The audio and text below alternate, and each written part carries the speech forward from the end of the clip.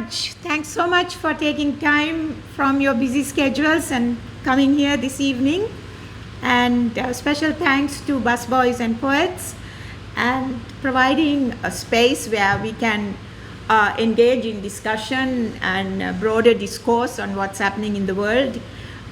When the space for alternative perspectives is constricting, it is really important for us to have spaces like this where we can engage in dialogue. A special thank you to Madison Manning, who's been the coordinator of this event. Also to Mr. Saman Kumara for doing the audiovisual recording. To my friend Maggie Scobie, who's been a source of real support. And for all of you for coming and participating. Thanks so much. Okay, so start with our beloved island, beloved planet Earth. And I think it's an underestimation to say that the world is in crisis, with armed conflicts escalating. And as many point out, we could possibly have a third world war or nuclear confrontation. It is that serious. And then there are also the long-term threats of climate crisis, environmental crisis, and the economic crisis, which is what I explore in this book, in terms of lack of food, clean water for increasing numbers of people, the collapse of societies and cultures, and increasing stress, anxiety, despair, and a sense of powerlessness around the world. So I hate to start on that note, but this is the reality, and I think, we are all aware of that. So the dominant perspectives on these so-called poly-crises tends to be focused on either identity politics or political party politics or even geopolitics. But there isn't enough of an exploration of the root causes, the political economic structures behind these crises, and also the worldviews or the values underneath these structural phenomena. So what I've tried to explore in this book is illustrative case study of Sri Lanka, but also using that to talk about global patterns and global developments. Now, the book itself, as my friend Cindy pointed out, has hundreds of references, footnotes, figures, and tables. So I hope you will buy the book and read it. But what I'm planning to do here is something hopefully more lighthearted with lots of colorful slides and interesting information, some very basic information about Sri Lanka that some of you may not be aware of.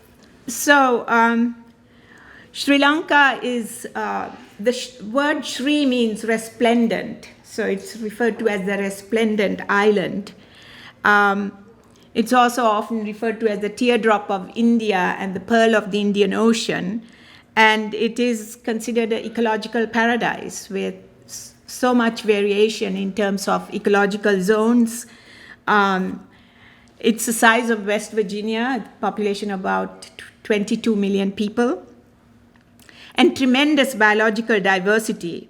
The different ecological zones, the beaches, the mountains, the dry zone, the wet zone, so on and so forth. Lots of plant and animal life, so many different species of plant and animal life, rich soil, water resources. It's historically known for its spices and gems, and also important minerals like graphite, limestone, phosphate, titanium, and it is believed that even oil deposits and thorium are indicated on the eastern and western coasts of Sri Lanka. It's also got cultural diversity and of ethnic and religious diversity. The island is also known as Dhammadeepa, which means the island of the Buddha's teaching, because once the Buddha's teaching was essentially wiped out of India it was brought to Sri Lanka, and it is where it was preserved. In 1st century AD, the Buddhist monks had the foresight to write it down, codify the teachings, which had been an oral tradition up to then. So this has been a tremendous gift of the country to the world, this preservation of the Buddha's teaching, and therefore it's also has been known as the Dambadipa, the island of the Buddha's teachings in ancient times.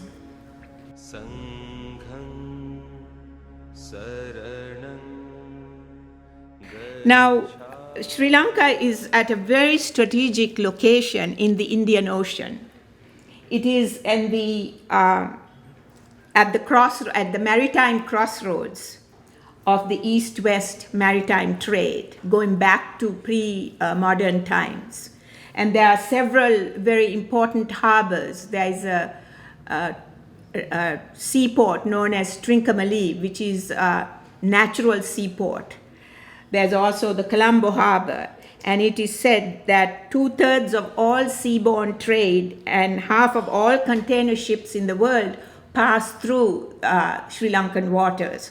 So it has been envied by various external powers who have fought over control of Sri Lanka because of its very strategic location in the East-West maritime trade routes. So Sri Lanka was conquered, and the coastal areas were ruled by the Portuguese from 1505 to 1666. Then the Dutch fought over that, and they controlled the same areas from 1666 to 1796. And the British controlled the whole island in 1815, when it became a colony of the British Empire. And today there is a new geopolitical rivalry taking place over Sri Lanka and in the Indian Ocean that I will come to later. But this has been the historical trajectory of being in this very strategic location. Now, my book focuses on the 2022 economic crisis, which made headlines around the world. And I'm not going to go into, I discuss in great detail in the book with lots of figures and information, but I will just give the mainstream narrative on this conflict, which was that due to corruption and mismanagement of the ruling regime at that time, the country faced a foreign exchange crisis, that they were short of foreign exchange to buy essential food, medicine, fuel that was needed for the population to survive. And this was followed by the COVID crisis and the Ukraine war, which created supply chain problems all over the world. So people had to stand in queues to get their basic food supplies or fuel. There were long power cuts. The businesses lost access to electricity. And so it was a period of tremendous suffering. And there was a protest and ouster of the prime minister and the president, and a new president was appointed. And IMF bailout was worked out. And the assumption is, and I'm giving the dominant narrative here, the assumption is now the country is back on track because the IMF has come in to give a loan and to put the country back on the right path in terms of dealing with the debt crisis and repaying the debt with interest. Now, what I tried to provide in the book is a much broader analysis.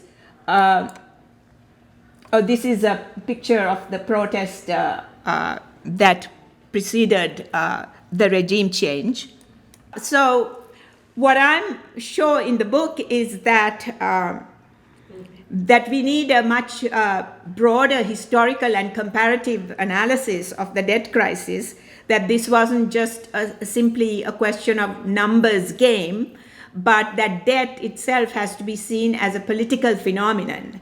It has to be seen in the context of unequal power relations between the global north and the global south.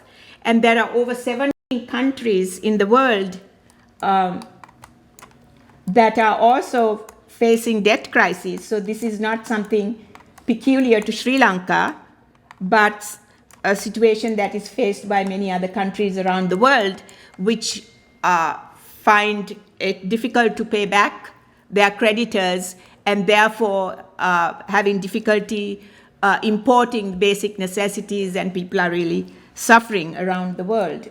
So I try to provide a more historical analysis of how countries came to be in this situation. And I have explored this at great length vis-a-vis Sri Lanka in my first book, Colonialism in Sri Lanka,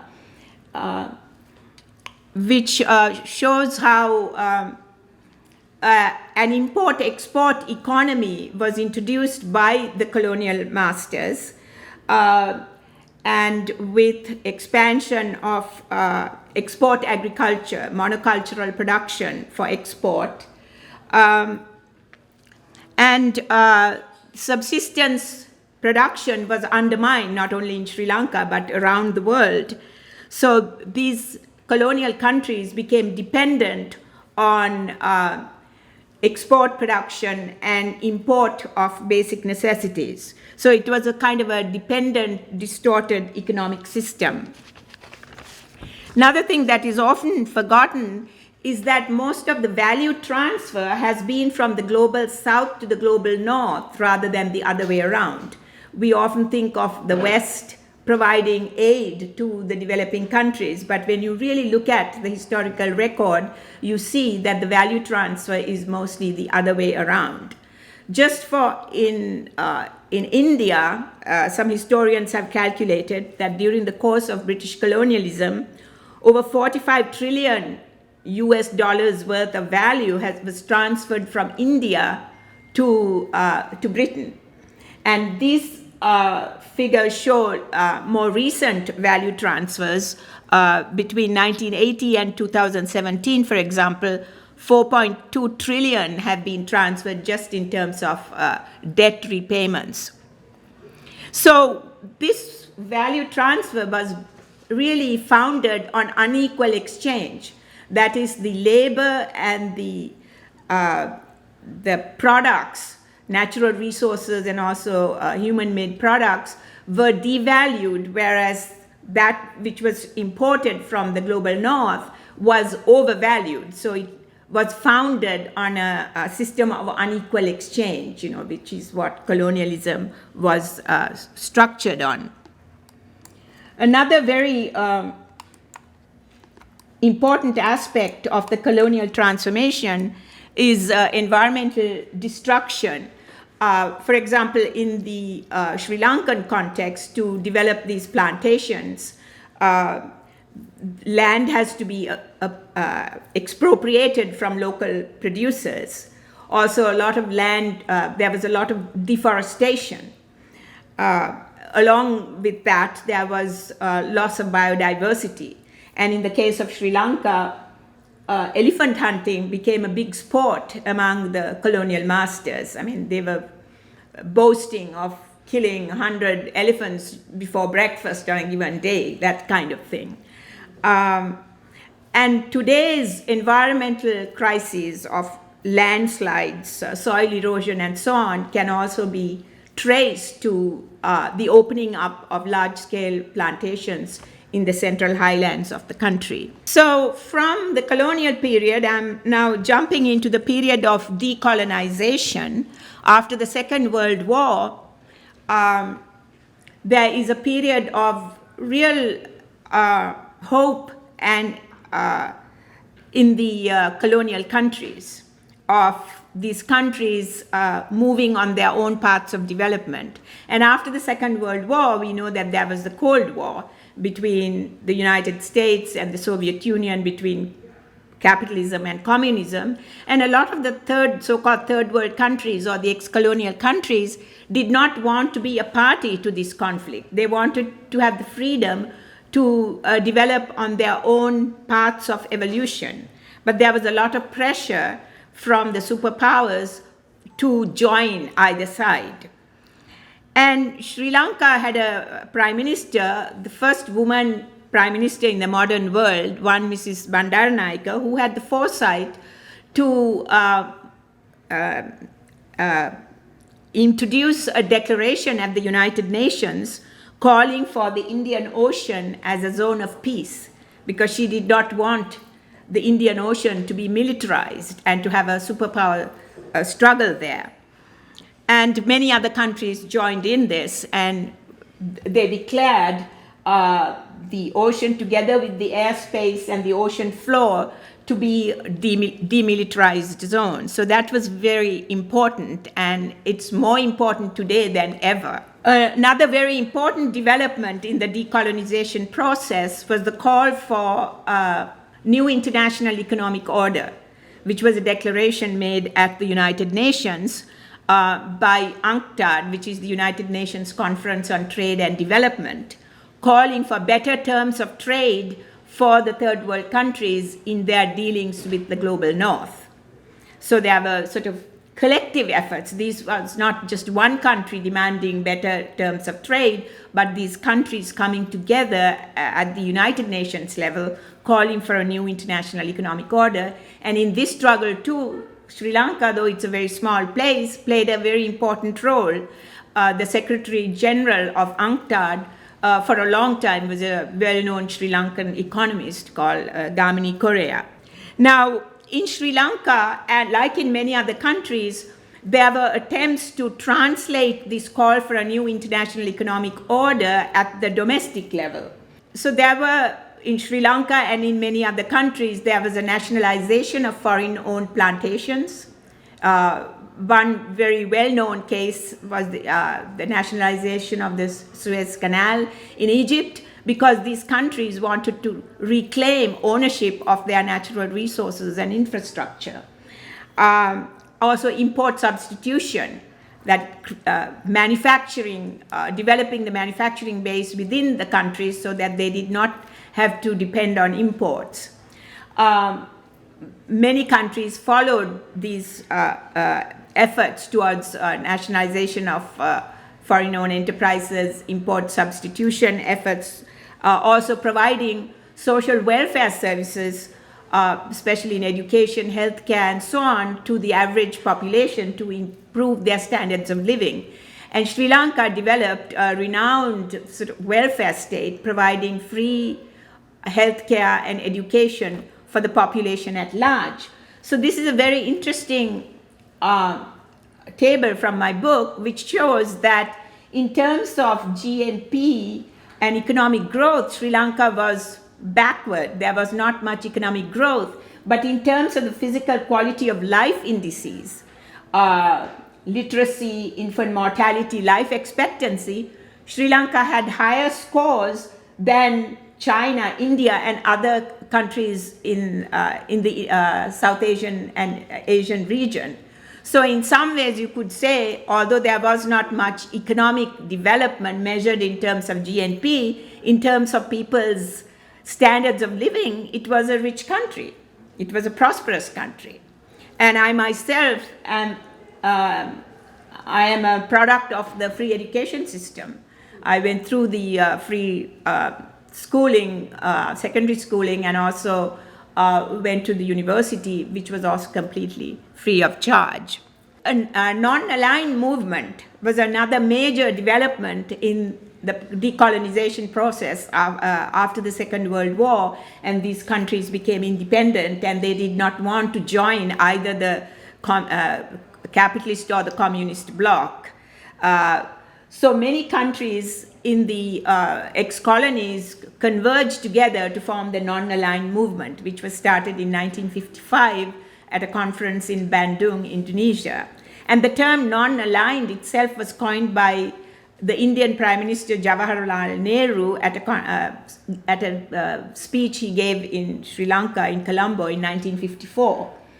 And Sri Lanka held the 5th non-aligned summit conference in Colombo in 1976, which brought a lot of prestige to the country, that this small country was able to, bring in all these other countries of the global south, its leaders together. So this was really a historic moment for Sri Lanka. But what happens immediately afterwards is a major switch from decolonization to a new form of colonization, recolonization. So we enter in the 1970s the period of neoliberal globalization. You may remember that Margaret Thatcher, Ronald Reagan led this effort to expand what is called neoliberal globalization around the world, which is a more extreme form of capitalist development, which called for corporate deregulation rather than regulation, privatization of state-owned sectors, and cutbacks in social welfare services, for example, education and healthcare. And this was something that was pursued around the world. And in Sri Lanka in 1977, a new government came into power, defeating the previous left nationalist government of Mrs. Bandaranaike, and introduced very different policies, including cutbacks in the renowned education and healthcare sectors, expanding opportunities for private capital, and privatizing some of the state-owned enterprises that had been established by the previous regimes, and also more westernization and consumerism and a different culture. There was also a shift towards political authoritarianism, which led to labor repression as well as exacerbation of ethno-religious conflicts, which I have explored in my book, Separatist Conflict in Sri Lanka, and I'm not going to discuss that here. Now, in the more recent years, decades, there has been financialization of the global economy. That is, the finance sector, finance capital, becoming the dominant sector of the global economy. It's almost like a fictitious economy, that is, finance capital pursuing money has come to control all sectors of global production, all sectors from defense to agribusiness to pharmaceuticals to entertainment. In all these areas, finance capital and usually a few asset management companies hold the overwhelming shares of control. And among them, BlackRock is considered the largest. And it's interesting, and the reason I bring it in here is BlackRock is also the biggest international sovereign bond creditor to Sri Lanka. They hold much of the sovereign debt that Sri Lanka owes. So they are a major player in Sri Lanka as they are in many other countries. So I think that we cannot talk about what is happening around the world without recognizing, and many of you are aware of this, that increasingly the wealth gap is deepening around the world, with the richest 1% gaining nearly twice as much wealth as the rest of the 99% put together. So this leads to a concentration of power, not only economic power, but also political, cultural, media in the hands of fewer and fewer billionaire class. And also it represents taking away the control over natural resources, infrastructure, finance, away from the larger population. So this is a global reality that also impinges in Sri Lanka as elsewhere. Now, this is a figure of the debt stock of Sri Lanka, during the crisis. And the dominant narrative framed the conflict, the crisis, the debt crisis, as stemming from debt trap diplomacy of the Chinese. And certainly China has been very much involved in Sri Lanka, but the Chinese portion of the debt is only 10%. Much of the debt is owed to market borrowings like the ISBs, private capital. And in total, about 81% of all of the debt is owed to Western institutions and rather than Asian institutions.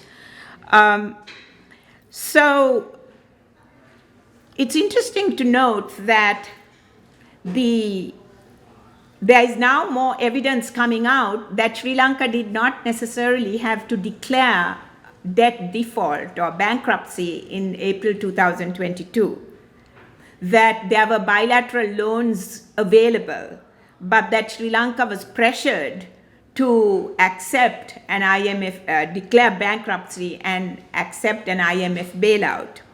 And this has to be understood in the context of the new superpower rivalry in the region, and trying as a means of taking Sri Lanka away from Chinese control, more into bringing it under Western control again.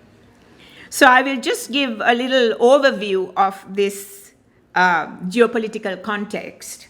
So this is just a map of China's One Belt, One Road initiative, which is called BRI, which is considered the biggest infrastructural project in the world.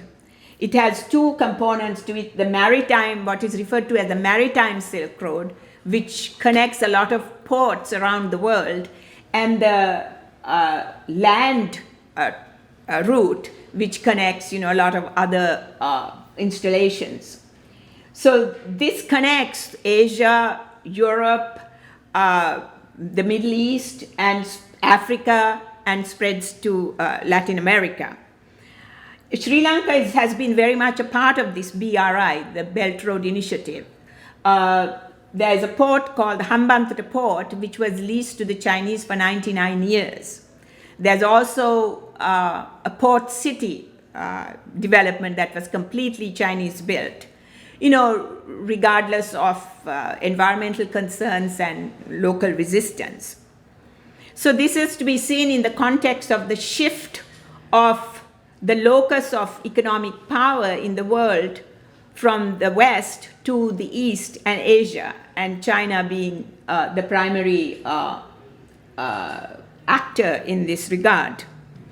So this is a picture of China's global portfolio. That is, China has controls over 100 ports around the world, including 4 in the United States.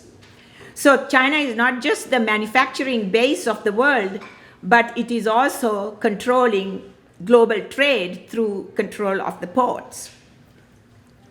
So the United States, has felt threatened by Chinese expansion, particularly in the Asian region and the Indian Ocean region.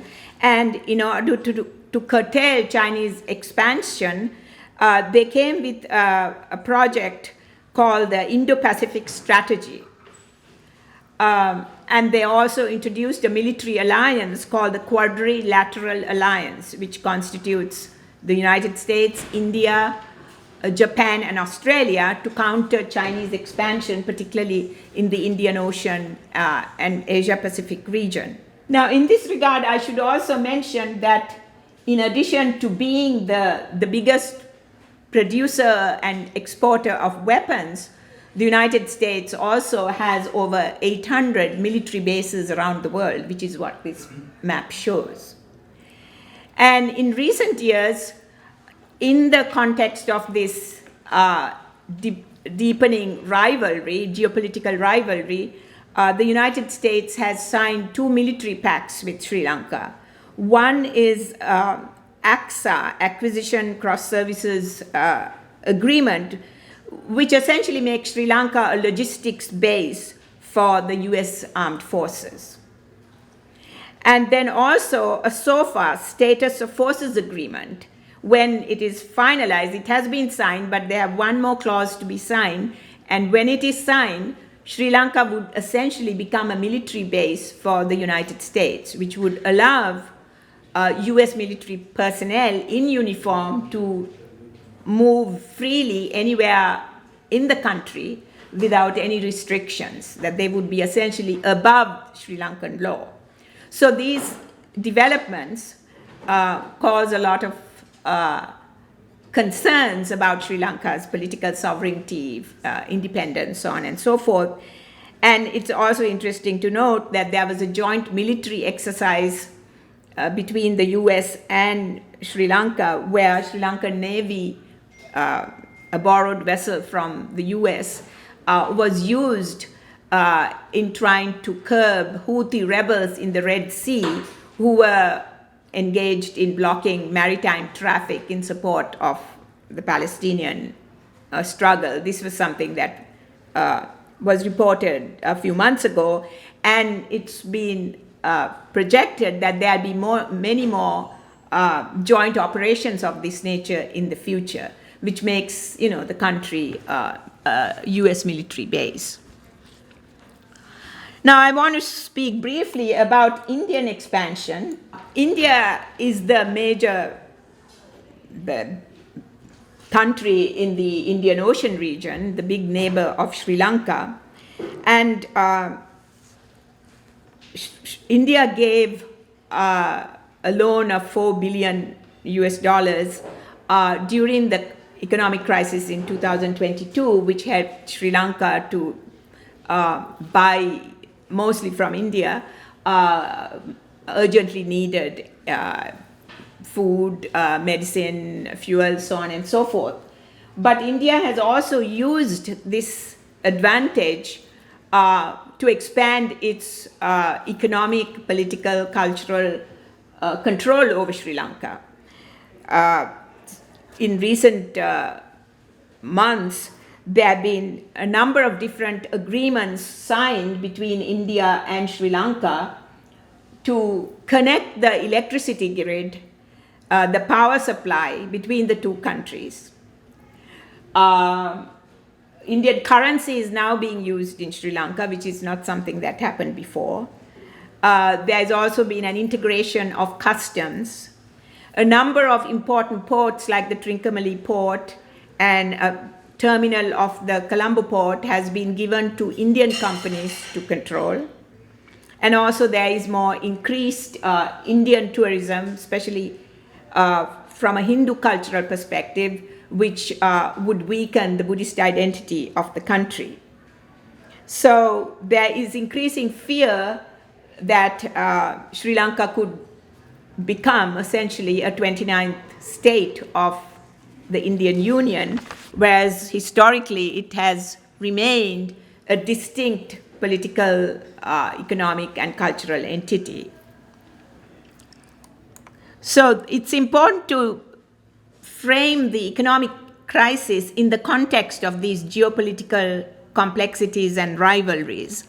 But going back to the economic crisis, this is a picture of remittances from Sri Lankan workers who work in the Middle East, foreign exchange earnings.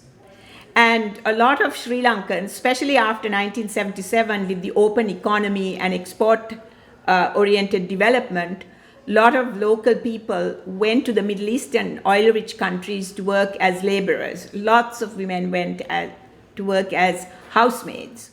And these people have been sending foreign exchange back to the country to support their families. And this has become the biggest foreign exchange earner for Sri Lanka.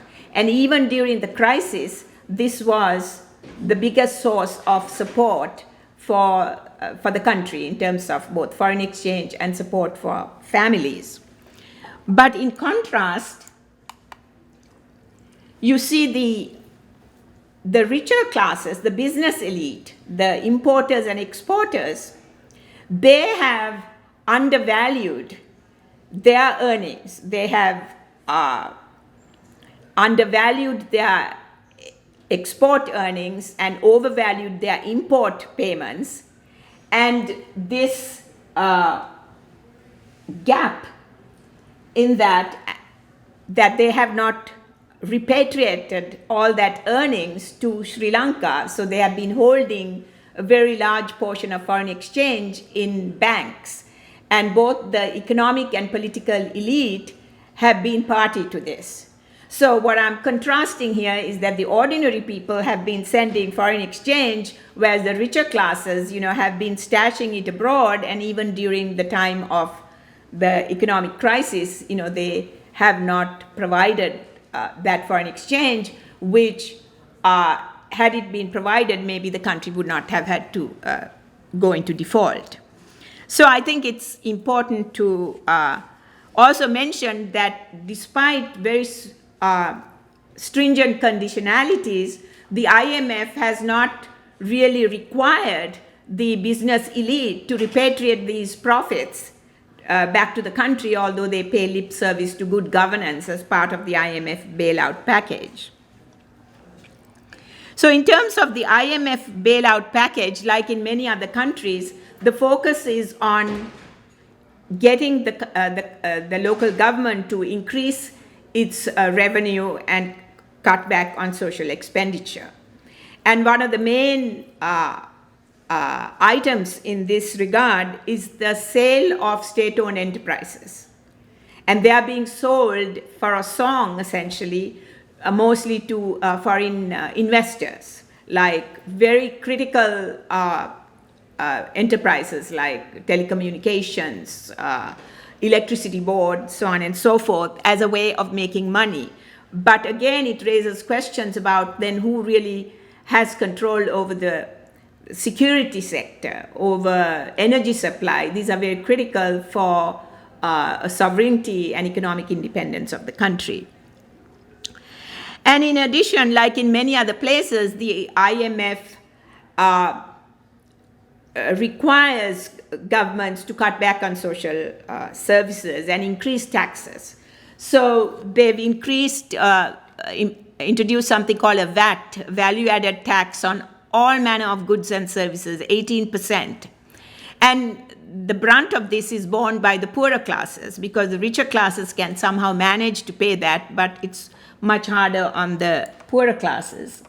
And they also increased the electricity tariff, which meant that a lot of ordinary families could not pay for electricity. So they are without electricity. Children can't study at night. Businesses have gone out of business, out of operation, and sometimes hospitals can't function because of the electricity cuts. Then cutbacks in social welfare services, healthcare, and so on, and the lack of food has contributed to increasing poverty and malnutrition. A lot of children are even unable to go to school. And this is in a country which in the 70s was a relatively prosperous country with a high standard of living, and now you see that it's become a poverty-stricken country. There's a massive exodus of especially the professional classes out of the country, and the government has actually supported that by making it very easy for people to get passports to leave. And the irony is that a lot of middle-class professional people are leaving. A lot of tourists are coming in. While tourist trade is important, it's not a very reliable source of foreign exchange earning, because the moment there is a natural disaster or political crisis, the tourists stop coming.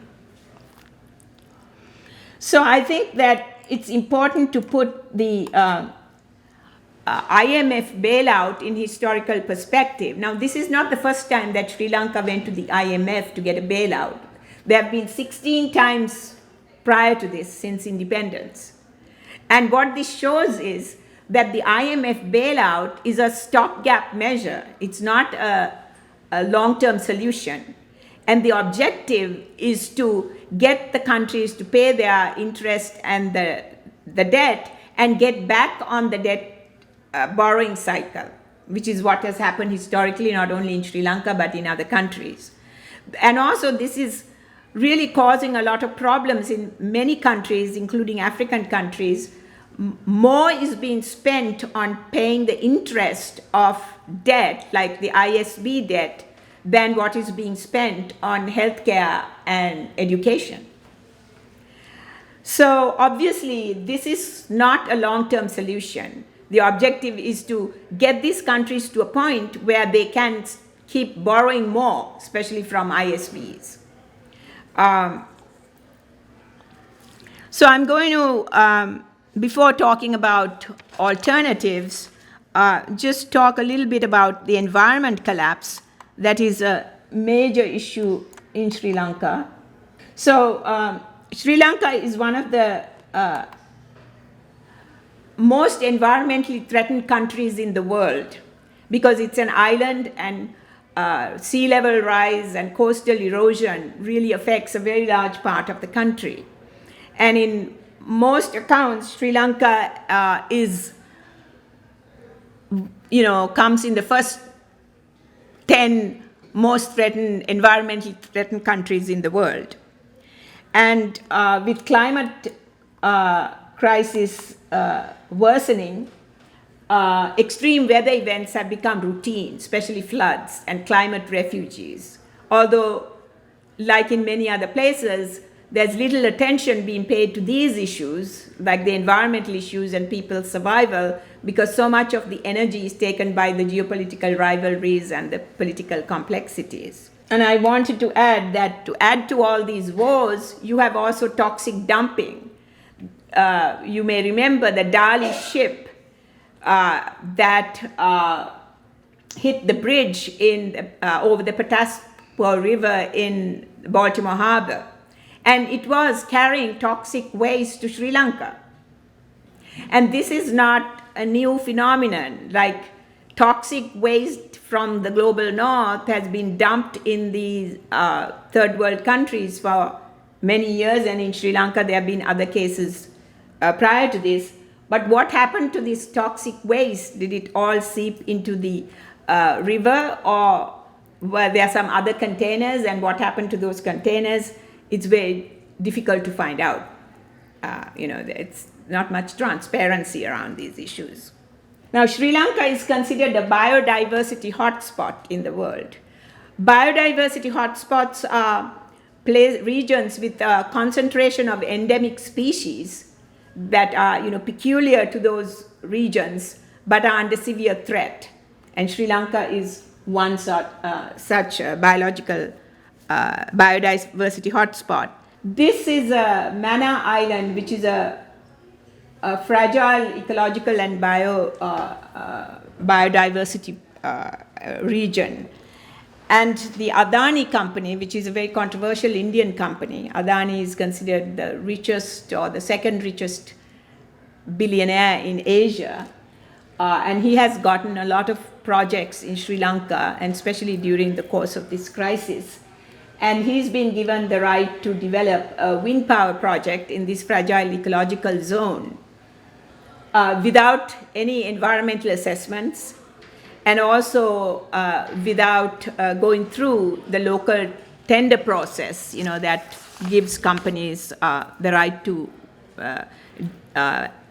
have these kinds of developments. So there have been protests in Sri Lanka, because Adani's company is notorious for environmental destruction in Australia, in India, in Africa, in many other places. But he's involved in many infrastructural and energy development projects in Sri Lanka.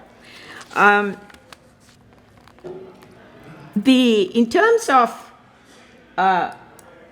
alternatives, I think it's very clear that a small country like Sri Lanka cannot fight these larger global institutions, corporations, billionaires alone, that it has to be a collective effort. With regard to the debt issue, which, as I pointed out, it's an international, global, structural issue, there's a coming together of different activists and organizations, especially around global debt justice, calling for debt cancellation or renegotiation of the terms of the debt, or bringing down the interests which are tied, very high interest rates that are being charged on international sovereign bonds.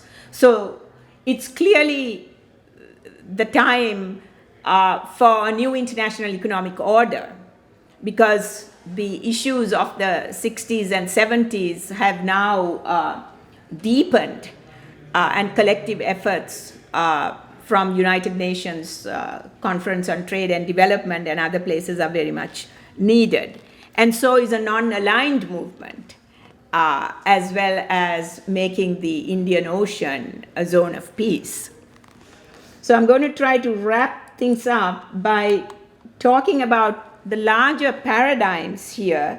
It's not only changes in global political economic structures, but really questioning the dominant model of economic development, which places economic growth and profit before society and the environment, that is trying to incorporate the, environment and society within a kind of a market and technological reality. And this you find more and more with the development of AI, biotechnology, the attempt to make new transhuman species. So it looks at the environment as if it is a sort of a dispensable source. And humanity and society as well. The engine is the drive for growth, for profit, for expansion, for technological expansion, and for human beings to live in this digitalized virtual world, which, as the World Economic Forum has said, this is the future. But that's not the truth. The truth is that we live within the environment. The economy is only a small sector of the society. It should not be the driving force. It should be the principles of nature.